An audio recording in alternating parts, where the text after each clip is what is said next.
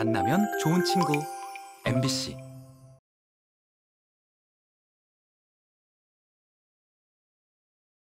네, 오늘의 예산은 219억 7,620만 원입니다. 그리고 물음표가 붙었어요. 힌트는 들어보도록 하겠습니다. 우 박사님도 보여주시죠. 몸에 새기는 마음의 상처. 아파야 편해진 것.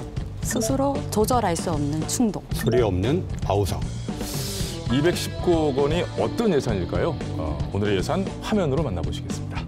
네, 요즘 청소년들 사이에서 자신의 몸에 일부러 상처를 내고 그 사진을 SNS에 올리는 문화가 번지고 있습니다. 넉 달 전 팔에 자해를 했다는 18살 조모 양의 이야기를 들어봤습니다.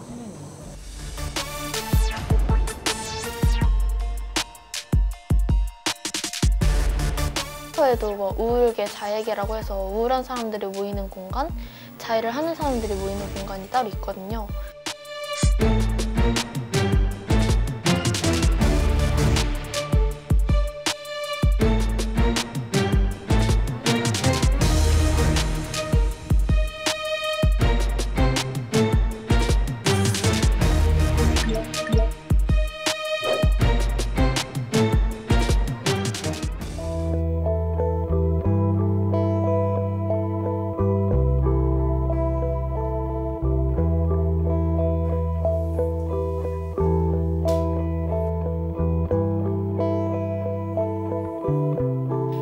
한 번 더 자해하면 자퇴하겠다고 각서 써라.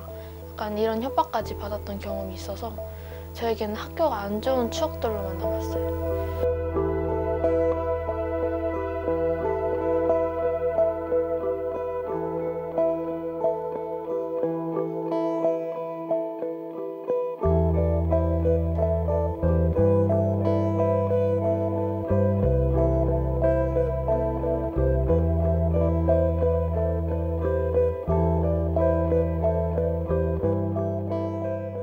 네, 아이고 보는 내내 머리가 참 복잡해집니다.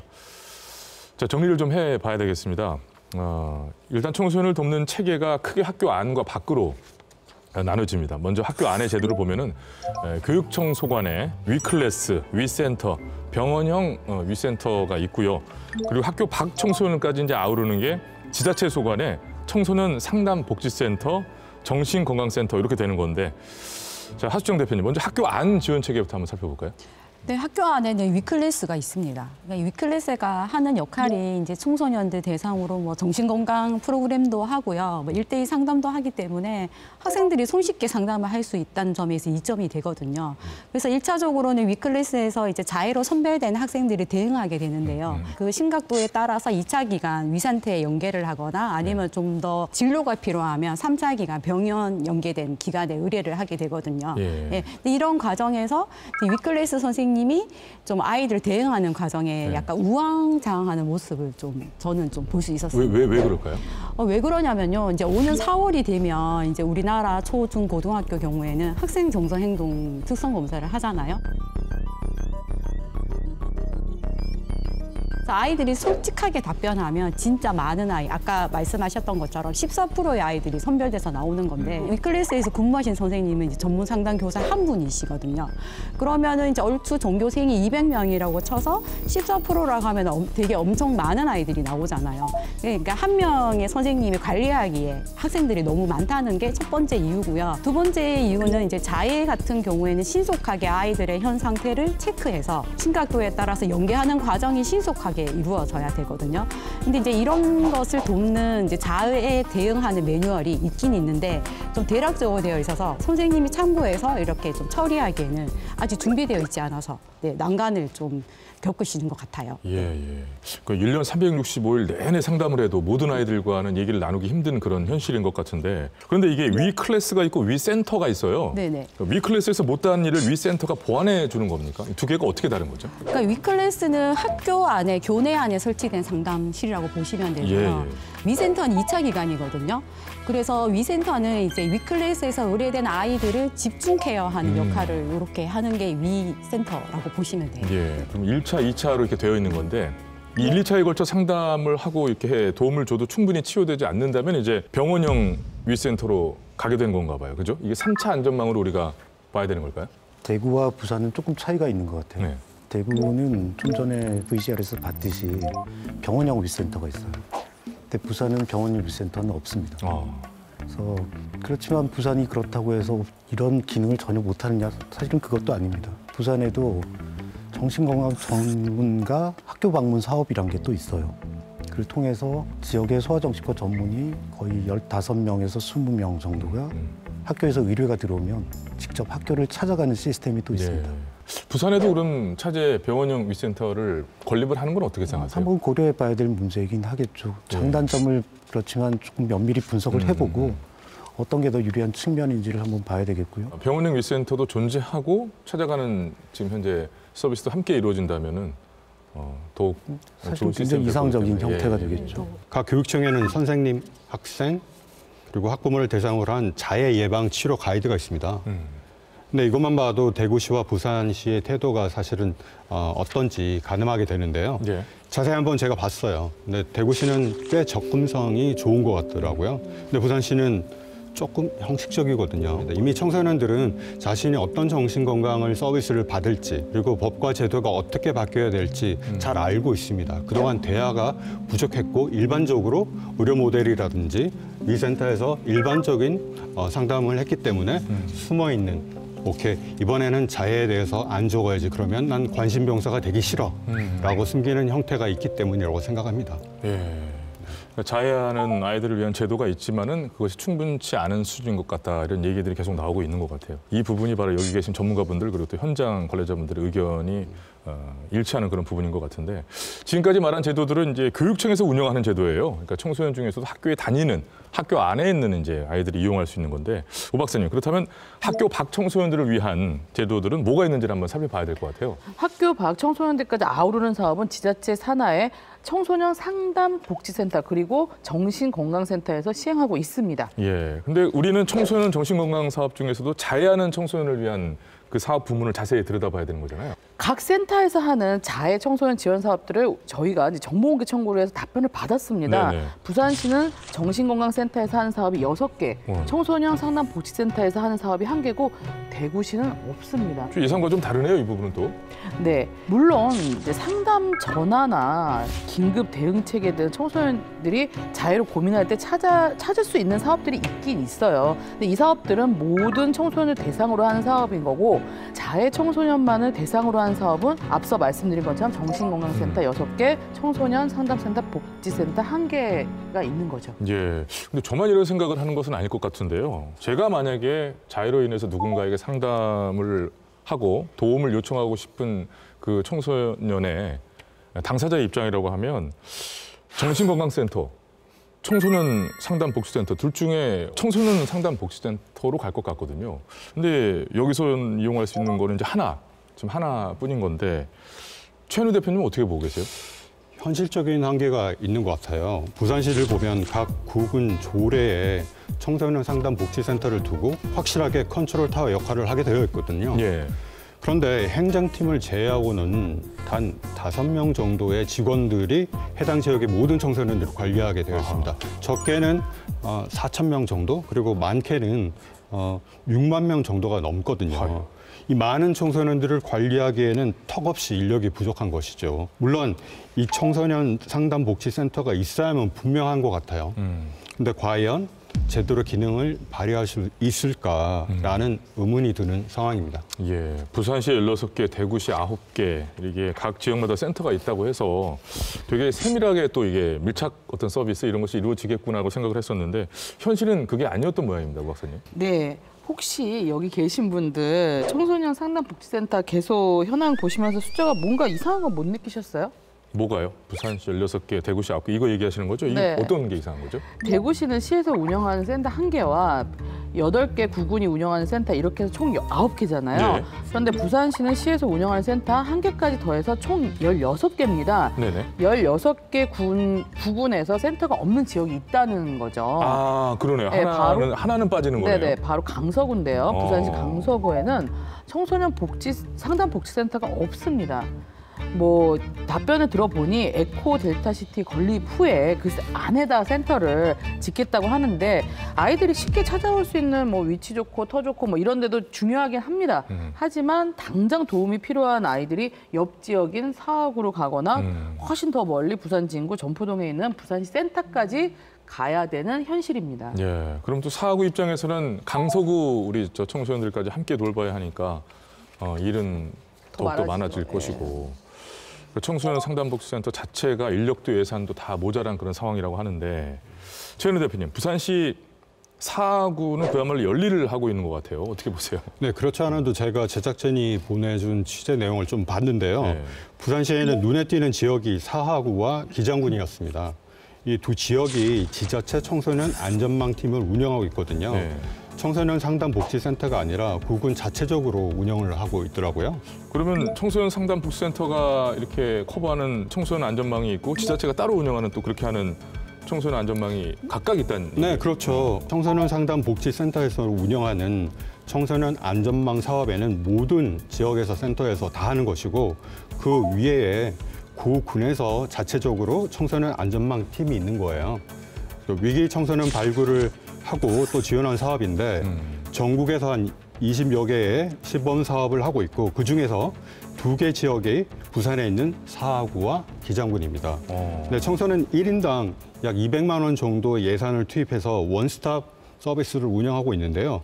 근데 사실 좀 아쉬운 거는 이게 굉장히 좋은 모델이고 좋은 취지를 가지고 있다고 해서 저희 제작진이 좀 알리고 싶다고 했는데 실제 거부를 조금 하셨다고 해서 좀 아쉽네요. 예. 지금 얘기하신 저 1인당 최대 200만 원은 이제 그 위기 청소년으로 분류된 청소년에 한해서입니다. 모든 청소년이 아니고요.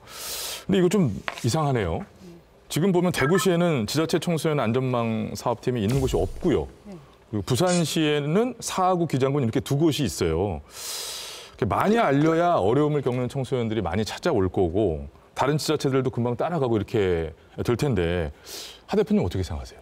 우선은 그 청소년 안전망 팀 사업 같은 경우에는 그 컨트롤 타워 역할을 하기 때문에 그 원스톱으로 청소년에게 필요한 여러 가지 서비스를 제공할 때 좀 되게 도움을 주는 유용한 그 사업이거든요. 네. 지금 문제가 뭐냐면 청소년을 돌보는 여러 기관들이 사실 많다고 봐요.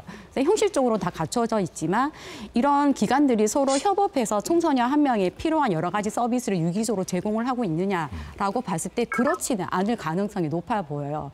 그래서 저는 이게 청소년 안전망 팀 사업이 이렇게 전국적으로 좀 설치돼서 그 한 명의 청소년이 좀 건강한 성인으로 자랄 수 있도록 이 제도가 활성화되었으면 좋겠고요. 그러니까 이 모든 상황들이 지금 현실에 펼쳐지고 있고 또 우리나라만이 아니라 전 세계적인 상황이라면서요. 이런 상황임에도 불구하고 아직까지 공공연해지지 않았으면 하는 마음이 어떤 어른들의 마음속에 있는 것 같아요. 그래서 좋은 제도를 만들어 놓고도 이렇게 좀 홍보를 하지 못하는 게 아닌가. 이건 좀 놓치는 부분 같은데 교수님 의견을 좀 듣고 싶습니다. 청소년에 관련된 업무를 하는 정부 부처가 3개입니다. 물론 이제 법적인 문제를 제외한 얘기입니다. 여성가족부, 교육부, 그리고 보건복지부. 근데 3개 부처가 각각의 사업을 가지고 각각의 예산을 배분을 해요. 따로따로. 네. 정부 부처도 그렇게 나눠져 있고 이 예산을 받는 또 지자체도 담당 부서가 나눠져서 칸막이 행정으로 이게 시너지 효과를 못 낼 때가 되게 많거든요. 그래서 그 얘기를 하신 것 같습니다. 그렇죠. 이게 사실 그 아직 좀 먼 것 같은 그런 느낌이 드는 거죠. 그러나 속도를 내야 되는 부분이라는 거 분명한 것 같은데 다시 나와서 또 얘기를 좀 정리를 해보면 이렇습니다. 이 청소년과 관련한 문제는 청소년 상담복지센터가 담당해야 되는데 예산과 인력 부족으로 인해 현실적으로 재기능을 하기 힘든 상황이다. 그죠? 그리고 지자체가 자체적으로 하는 사업이 있지만 이것 또한 시범 사업 수준이고 사하구 기장군에서만 한다. 그것도 부산에서 맞죠? 예. 자, 오 박사님, 그렇다면 현재로서는 자해 청소년을 실질적으로 가장 많이 도와줄 수 있는 곳이 정신건강복지센터인데요. 사업 수도 가장 많고, 그죠? 네, 예산을 좀 봤어요. 근데 예산이 너무 적습니다. 부산, 대구. 시, 구군 모든 센터 예산을 합해도 280만 원밖에 안 돼요. 네, 부산. 그래서 여기서 사상군 이제 마음정거장 사업 하나를 봤어요. 근데 대상이 무려 939명입니다. 근데 사업 예산이 81만 4천 원이에요. 예, 거의 1,000명 가까이 되는 학생들을 81만 원으로 케어한다는 게 말이 안 되는 거죠. 관련 예산만 보면 그렇다는 얘기죠. 아이고, 오늘 제가 이렇게 방송을 함께하면서 참 많이 배우고 있는 것 같아요. 비자살성 자해 이런 단어도 사실 오늘 처음 들어봤습니다. 방송 준비하면서. 그러나 법과 제도에서부터도 이미 자해와 자살을 잘 구분을 하려고 하지 않는 것 같고 그렇게 되어 있지 않은 것 같기도 하고 이런 수준이라면 과연 인식 개선이 될까? 또 이런 게 뭐가 좀 나아질 수 있을까? 이런 걱정도 많이 되는 것 같고요. 이 자해를 경험하는 청소년을 도울 그 첫 단계가 일단은 이 인정하고 들어주기라고 합니다. 아이들은 뭘 원하고 있을까요? 그래서 우리 사회는 뭘 어떻게 개선해 줘야 되는 걸까요? 빅벙커가 직접 청소년들을 만나서 필요한 부분들에 대한 이야기를 들어봤습니다. 만나보시죠.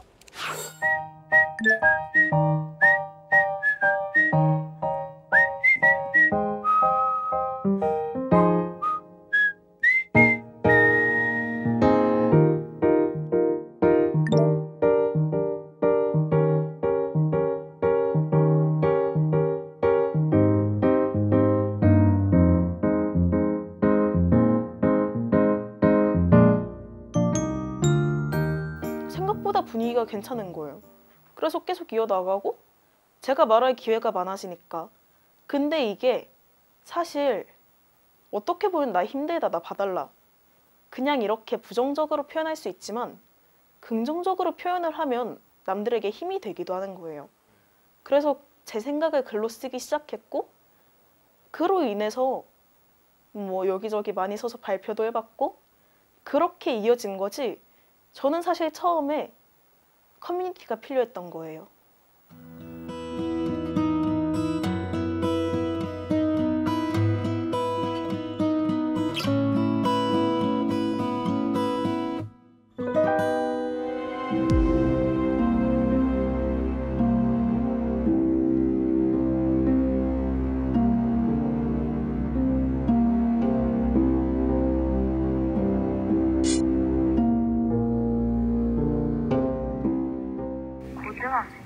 부모님 없이 진료가 가능한가요? 저희 부모님 금방 안 되시면 부모님 통화해서 돈이라도 받아야 돼요. 네, 부모님 없이도 진료를 볼 수 있는? 아니요, 부모님 모시고 있어야 돼요.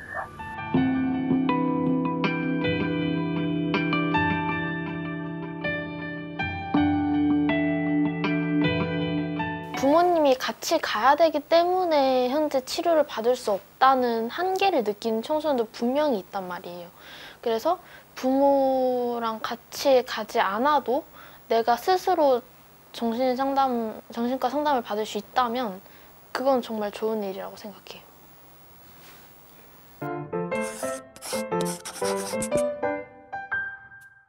바디 스캔 같은 경우도 만들었어요. 원래는 비대면으로 가기 위해서 이렇게 해서 들이쉬고 내쉬고 손 따라하면서. 충동적 행동에는 여러 가지가 있어요.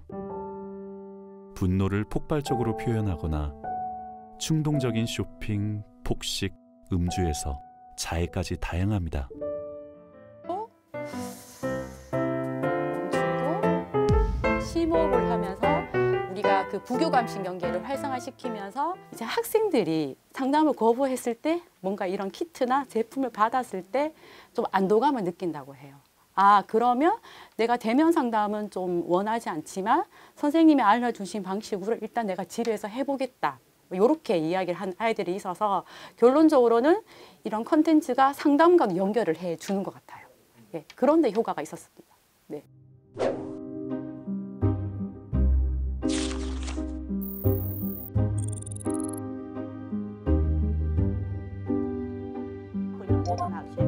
그 학생들이 여기에 가서 갈 때 치료비가 지원이 되도록 돼 있어요. 체계적인 지원이 우리 대구시 교육청에서 좀 이루어지면 그전에는 그냥 제가 봐서 위클래스 같은 이런 부분에 대해서 뭐 정서적인 상담과 이런 부분에만 체계적으로 이루어졌지 실질적인 거기에 상담을 더해가지고 좀 심각한 애들은 위기에 직전인 애들은 또 치료도 좀 겸해야 되잖아요. 병행해야 되잖아요. 이런 부분에는 치료비까지 전부 좀 지원을 할 수 있는 지원 근거를 마련하고 싶어가지고 제가.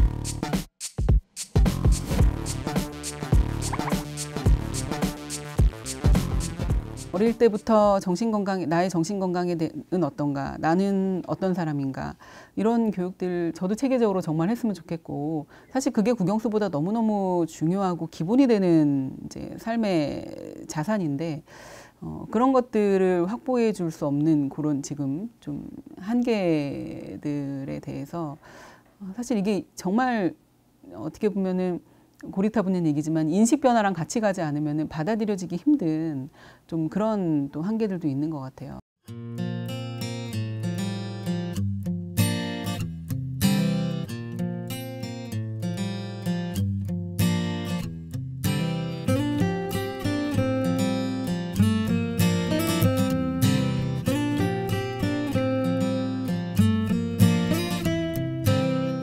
아주 분산돼 있는 게 사실이고, 근데 이거를 이제 한꺼번에 확 모을 수 있는 방법은 현재 상태로는 조금 어려울 것 같고, 지자체에 있는 1388 청소년 전화라든지 뭐 이런 쪽으로 좀 통일을 해서, 그리고 상당 부분 좀 그렇게 된 부분도 있기도 하고요. 그래서 좀 오히려 좀 이 교육청의 협력 체계를 좀 높인다면 충분히 좀 현실적인 그리고 효과적인 모델들을 좀 만들어갈 수 있지 않을까, 저는 그렇게 보고 있습니다. 진짜 그 마스크 쓴 게 더 나은 사람이 마기꾼이고 마스크 벗어서 제 양품을 이야기하고 그런 얘기를 실제로 해보다가 밟아서 흔히 필요한 이거 마스크 벗은 게 더 나은 사람이 나이잖아요. 왜냐면 마스크 사기 세상을 바꾸고 싶어요. 솔직히 말하면 너무 원대한 꿈이긴 하지만 저는 겪어봤잖아요. 그 편견이 얼마나 아픈지, 사람들의 시선이 얼마나 아픈지. 그렇기 때문에 마치 독립운동가들이 후손을 위해서 나라를 지키고 목숨을 걸며 그렇게 활동을 했듯이 저는 먼 미래가 아니라 가까운 미래에라도 자아에 대해서 너무 편견에 찌든 그런 시선으로 바라보고 또 그거에 상처받는 아이들이 없으면 좋겠어요. 제가 겪어봤고 그게 너무 아픈 걸 알기에. 그리고 사실 자해를 오래할수록 자살의 위험도가 커지거든요. 전 더 이상 누군가가 스스로 목숨을 끊는 그런 일이 없으면 좋겠어요. 네, 아유, 잘 봤습니다. 예. 자해를 직접 경험한 당사자들이 이렇게 인식 개선을 위해서 발벗고 나서는 모습이 참 고맙다는 생각을 하고요. 최현우 대표님, 이렇게 본인 얘기를 많은 사람들 앞에서 한다는 게 사실 또 쉬운 얘기는 아니잖아요. 그죠? 네, 여기서 가장 중요한 게 아이들을 바라보는 관점의 혁신이거든요. 기존에 문제 있는 아이, 자해하는 아이, 그리고 치료의 대상, 관리, 사례 관리의 대상에서 피어 스페셜리스트, 즉 아픔의 전문가, 그리고 회복의 롤 모델로 완전히 이제 트랜스포메이션 하는 거에 그게 우리의 목적인데요. 아이들은 이제 신경정신과를 학부모와 학교가 모르게도 찾아가서 상담받을 수 있어야 한다고 얘기를 합니다. 그런데 영상을 보면 이제 현실적으로 그게 불가능해 보이는데 취재 내용을 보면 10곳 중에 한 곳은 가능하다, 바로 예약 잡아주겠다 이렇게 됐고, 한 곳은 등본이나 학생증 등 신분증이 있으면 된다 이렇게 얘기했고, 나머지 8곳은 진료 자체가 불가능하다라고 이렇게 됐는데, 김준 교수님, 현실적으로 이게 많이 힘든 거예요? 그래서 결국 병원 치료라는 것은 목적이 거의 치료죠. 치료를 하려면 거기에 대한 뭐 검사라든지 또는 약물을 사용한다든지 이런 거에 대한 보호자의 동의가 있어야죠. 우리나라 미성년자들은. 그러니까 이게 없는 상태에서 만약에 치료를 했었을 때 문제가 생기게 되면 굉장히 애매해지는 상황이 돼버리는 거죠. 미성년자의 나이를 우리가 어디까지 규정하느냐, 이건 또 법과 연결된 문제잖아요. 그러니까 이 아이들이 그냥 혼자 왔었을 때, 치료를 했었을 때 뒤에 생길 수 있는 문제에 대한 제도적인 뒷받침, 그중에 하나는 비용도 될 거고요. 하나는 책임도 될 겁니다. 그런 부분들이 조금은 아직은 현실적으로 어렵죠. 근데 상담만이라도 청소년 혼자 진료 단계, 첫 상담만이라도 받을 수 있게끔 좀 떼어서 해보는 건 어떤가 생각이 드는데, 서 대표님, 이렇게 좀 하는 나라가 있다고 그러더라고요. 이렇게까지는 하는. 네, 그래서 영국은 청소년들이 진료받을 권리가 1순위고요. 그리고 미성년자라는 거는 2순위에 오게 됩니다. 여러 가지 이유로 정신과 진료가 만약에 안 된다고 하면 문 앞에서 진료 거부만 할 것이 아니라 아이가 대체적인 정신건강 서비스를 받을 수 있도록 조금 리퍼럴 좀 연계시켜주는 그런 시스템이 필요하거든요. 근데 그것조차 사실은 되고 있지 않으니까 아이들은 아무도 나를 도와주지 못하는구나 하는 상담 서비스에 정말 처음에 네거티브한 그런 감정을 느끼게 되는 거죠. 생각합니다. 제가 청소년 입장이라도 막 지자체 뭐 여러 가지 막 정보를 찾아갖고 막 상담센터 가기보다 문제가 생기고 아프다 그러면 그냥 병원부터 물어볼 것 같거든요. 자, 아무튼 현실이 이런데 그래서 뭐 아이들 이야기를 들으면서 들었던 생각이 치료 현장에서부터 일단은 지금 우리가 현실을 지금 잠깐 얘기했습니다만 거절이라는 것을 당하니까 일단은 병원에서는 어쩔 수 없는 현실을 이야기해 준 것이겠습니다만 아이들로서는 거절을 당하니까 모바일로 하는 서비스를 이제 많이 이용하게 되는 거 아닌가 싶은 생각이 드는데 하 대표님 아까 영상에서 봤던 키트가 유용하다고 하더라고요. 그래서 네. 실제로 청소년들이 이제 뭐 충동을 느끼는 그런 순간은 이제 부모가 없거나 뭐 상담사 선생님이 없고 혼자 있을 때 많잖아요. 그러면은 이제 밤에 혼자 자기 충동이 느껴졌을 때 키트가 있었지. 열어서 내가 좀 따라해 볼까? 이렇게 따라하면서 그 충동을 넘기기도 하거든요. 근데 이게 충동을 뭐 한두 번 이런 도구로 완전히 멈출 수는 없지만 이제 여기서 핵심적인 포인트는 자해 대신 다른 방법을 내가 한번 실행해봤다. 이게 굉장히 의미가 있거든요. 그렇죠. 네. 근데 일단은 이 자체가 굉장히 뭐랄까요? 기발해요. QR코드를 통해서 동영상 채널로 연결하는 것도 상당히 괜찮아 보였고 요즘 저를 포함해서 요즘 사람들은 영상에 익숙한 그런 세대잖아요. 종이 문서 같은 걸 주고 뭐 어떻게 설명을 주고 책자 같은 걸 줘봐야 너무나 딱딱하기 때문에 이런 건 좀 예산을 좀 더 들이더라도 좀 선한 영향력을 가진 그런 어떤 유명인들이 제작을 한다거나 글쎄요, 저를 청소년들이 알는지 모르겠습니다만 저 같은 경우에는 저를 섭외하시면 예산은 안 들 텐데 아무튼 자해를 하는 아이들은 어른들이 생각하는 것보다 많고 또 보다 더 위험해지는 단계로 갈 수도 있다. 그래서 노력들을 하지만 관계 당국의 적극적인 행정 면에서는 좀 부족한 것 같고 구체적이지 않은 것 같다. 이렇게 얘기들이 좀 정리가 된 것 같아요. 이런 부분들을 강제하는 가장 확실한 방법은 법과 제도를 바꾸는 것이 아닐까 하는 생각이 드는데요. 각종 청소년 관련 법과 조례 등의 자해 예방, 또 자해 치료 같은 부분을 자살과 좀 구분해서 이렇게 할 필요가 있지 않을까 하는 생각을 다시 한번 하게 됩니다. 저희가 제일 중요한 건 예방이잖아요. 네. 예방을 1차, 2차, 3차 예방으로 나눠요. 1차 예방이 우리가 많이 알고 있는 그 예방이에요. 그러니까 예방하는 데 있어서 자해를 줄이는 데는 여러 가지 가정 환경의 개선이라든지 이런 것도 필요하겠지만 여기에 대한 교육이 저는 굉장히 중요하다고 생각을 해요. 아이 성교육은 하잖아요, 학교에서. 근데 이런 데에 대한 교육을 한다라는 건 들어보신 적이 없죠. 폭력, 성폭력 이건 맞아. 근데 이것도 당연히 건강에 관련된 부분인데 이런 시간이 좀 있어야 되겠다라는 생각이 들고요. 그다음에 또 제일 중요한 부분은 선생님들이죠. 제가 주장하는 건 교육대학하고 사범대학에 이런 학생 정신건강에 대한 커리큘럼이 좀 있어야겠다라는 거예요. 기본적으로 장착할 수 있게끔. 네. 그래서 선생님들도 어느 정도 어떤 게 있고 어떻게 해야 되고라는 거에 대해서 완전 전문가는 아니더라도 초기 대응 정도는 충분히 할 수 있어요. 기본적으로 인식하고 할 수 있어야 되겠다. 네, 맞습니다. 라고 하고 두 번째가 그 2차 예방이 고위험군에 대한 예방이에요. 지금 여러 지자체에서 하고 있는 거, 교육부 여러 부처에서 하고 있는 게 사실 2차 예방에 해당되는 거거든요. 고위험군에 대한 아이들을 어떻게 접근할 것이냐. 여기에는 이제 법과 제도의 개선이 확실히 필요한 거죠. 그리고 범부처 간의 협력도 당연히 필요한 거고요. 그다음 3차 예방이 직접 이 문제가 있는 아이들을 치료하는 거예요. 그러니까 여기에서 연계 시스템이라든지 이런 것들도 사실은 저희들이 잘 되고 있다고 보지는 않거든요. 소아정신과 전문의가 전국에 몇 명쯤 된다고 생각하세요? 글쎄요. 몇 명 없습니다. 300명 남짓입니다. 그렇게 적어요? 네.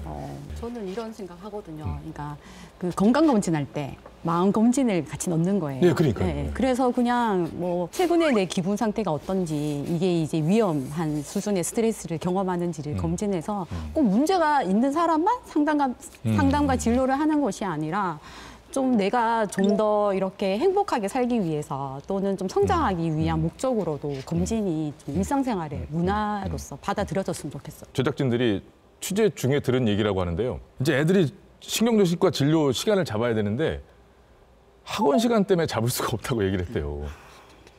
이 어찌 보면 2줄짜리 어떤 그 작은 문장인데 이게 굉장히 이상하게 다가오지 않으세요? 네, 그게 이제 국어, 수학, 영어가 제일 중요하고, 네, 좀 이렇게 마음 건강은 좀 등한시하는 그런 문화가 있어서 청소년들이 더 쉽게 상담받는데 좀 어려움이 있지 않나. 맞습니다. 네, 그런 법과 제도의 여러 가지 이런 것들, 또 각 분야에 계신 분들의 입장이라든지 이런 것들에 대한 그런 입장이나 현실을 많이 들었지만 이 현실이 마지막 이 얘기가 너무 저에게 충격으로 다가왔던 것 같고. 저는 진료실에서 늘 듣는 얘기입니다. 아, 그런가요? 병원에 일하는 시간이 딱 정해져 있잖아요.